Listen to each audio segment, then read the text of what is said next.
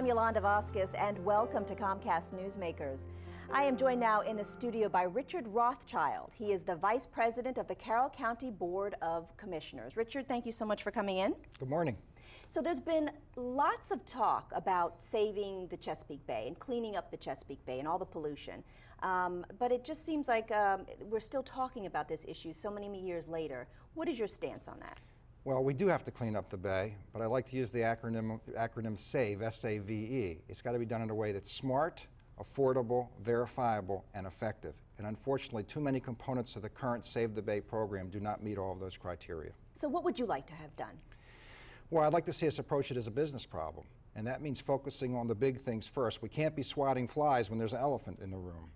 And right now, we've got major drivers in the pollution of the bay that we're not dealing with, and that includes the Conowingo Dam, and that includes underground sewage pipes that are leaking millions and millions of, actually billions of gallons of raw sewage every year into our ecosystem. The Conowingo Dam is something that you've been fighting really hard for in terms of improving or cleaning up some of the pollution.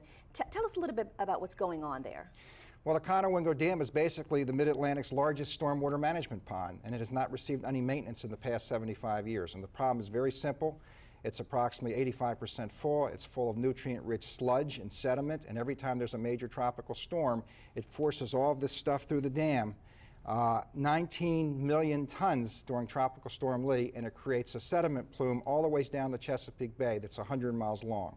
I was going to say, yeah, we have an image of that up right now. Yes. And it looks pretty significant there when you take a look at that map. Well, it's very serious, Yolanda, and the effect of this lasts longer than we would think, because that sediment settles to the bottom of the bay, where it smothers and kills the submerged aquatic vegetation, and it kills the oyster beds, essentially killing the bay after every major storm.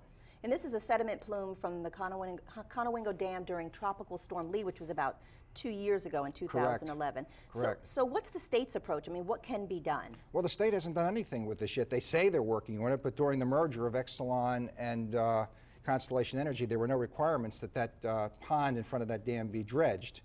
We need to dredge that pond, and until we do that, everything else we're doing is futile. We are doing the figurative equivalent of trying to remove nutrients with an eyedropper while someone else is filling the swimming pool with a fire hose. Carroll County will spend between $30 and $40 million on stormwater management retrofit over the next 5 years.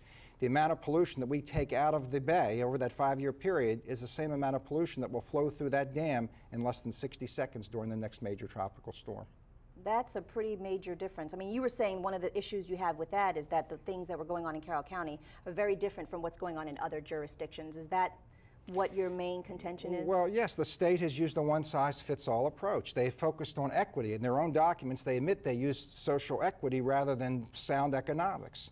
And the fact of the matter is, for example, Carroll County is mostly farmland and green. Baltimore City is mostly asphalt. What works best in Baltimore City is not what's going to work best in Carroll County. And we need the flexibility to remove pollution in an affordable way. If we don't focus on cost effectiveness, then we will run out of money before we run out of pollution. Got about 20 seconds left. What do you plan to do in 2014 to fix this problem?